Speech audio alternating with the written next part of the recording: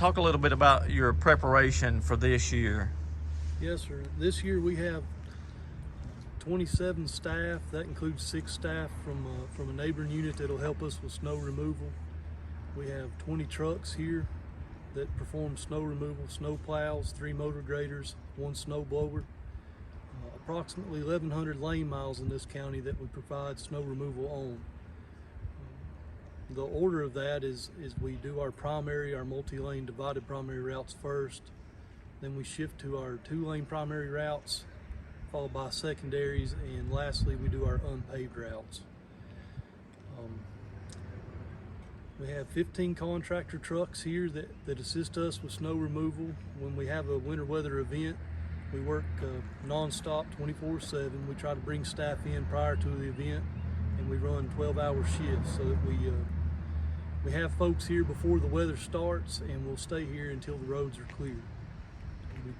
Our trucks, they put down about 250 pounds of salt per lane mile, and currently we have 4,200 tons of salt on hand, 3,000 tons of aggregate screenings, and that's pretty well the gist of things here. The purpose for today is to familiarize our operators with their routes and with the equipment to check and make sure it's functioning properly. We want to be proactive in our preparations. That way when we do have an event, that we can provide a quick and efficient response to that. You know, last year was so different in that we didn't have much of a winter last year as far as snow, ice, that kind of thing. For example, like the Watauga County schools only missed 5 days, and that was the least since 1995. How did last year, how did that impact y'all in the fact that there wasn't as much to do, for lack of a better term? Right. Well, I guess it freed us up. I mean, when we have a mild winter, it allows us, there are certain tasks or activities that we can still perform. We can work on driveway pipes or making sure that our drainage system's working properly. We try to stay away from ground disturbing activities because we can't get it vegetated back. But it does give us a chance to go through and make sure that those drainage ditches and pipes are working, and we get to give a little more attention to those areas. But of course, like I said, last year it was a mild winter, and that's usually not the case. This is late October that we're filming this, and we typically start having snow now. So like you said, the preparations today are for that, especially if we have a long winter event that we haven't had in a couple of years, right? That's correct, yeah. The purpose of today is to get ready. We know we're going to have bad weather. Last year was a mild winter. I think on average, Watauga County receives around 36 inches of snow a year. And typically we have around 120 days where temperatures drop below freezing. So we know the weather's coming. We're fortunate to have the mild weather today, and we're thankful for that. But when we do have those winter weather events, we want to be prepared and ready to respond as quickly as possible. One thing I've always been impressed with these guys that come out here, in the salt trucks and the snow plows, is that you guys have to come out seemingly at just about like any point when the snow falls. Can you talk a little bit about that preparation it takes, to be ready at a moment's notice? Yeah, so the department has a system in place, and I'm going to talk specifically about reactive. If we have a winter weather event that's coming in and it's been forecast, everyone's pretty well aware of that. It's those pop-up small snowstorms, the black ice, those things that are not really planned or not forecast. Those are the ones that tend to be more reactive in nature.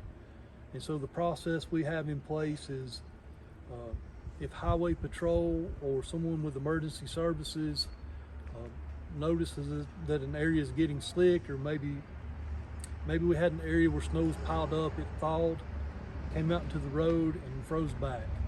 So the highway patrol will call in to the state operations center, and the state operations center, transportation operations center, will notify me, and I have a call list of men that are assigned to be on call throughout the year, and that's a rotating list.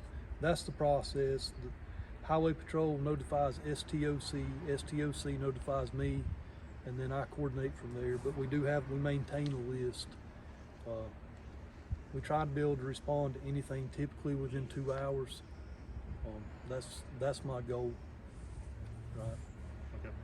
If we have an emergency event, and that's maybe something I didn't touch on, but because we have this priority where I start with multi-lane roads like 421, 221, 321, if someone has a medical event or needs emergency assistance and they live over here off of Howard Street,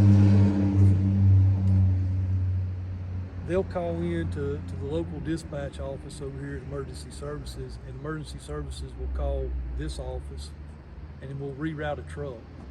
So I don't typically respond to a citizen. Well, I direct them back to the communications. If they call in and they're like, well, my road's not been, it's been 12 hours, my road's not cleared. Yeah, well, that's kind of the nature of it. But if they're having an emergency, if somebody's having a heart attack or something like that, or if Highway Patrol calls in a wreck, it's pretty common for us to go out and have to put down salt so that the Highway Patrol can get in to the scene of the accident. And talk a little bit about, for our viewers and listeners that may be new to the high country, especially Watauga County, and even for those of us that live here, because we tend to forget. We have such an elevation change in this county that often it'll be snowing, maybe in Deep Gap, sun might be shining in Valley Cruces, or a little bit of snow up on Beach Mountain all at the same time. Like, how do you adjust for, those different weather systems that could be happening at the same time here in the county? Right. So when we have a countywide event, the response is pretty standard. We have 11 sections broke out for this county, and drivers assigned to each section, so they have an assigned section. When we have those events where it only affects maybe the Banner Elk area or the Valley Cruces area, then we'll redirect trucks, we'll pull them off those routes that are not affected and send them to the areas that are.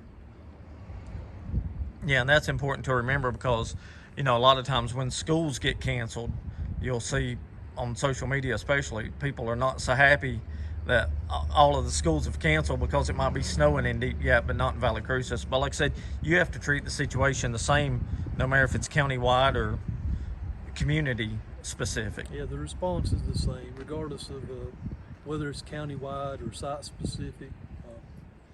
A specific incident that was within the last couple winters, I remember the southwest corner of the county had almost 5 inches of snow, and the southeast side of the county you could see the grass. Yep. So it's kind of situationally dependent.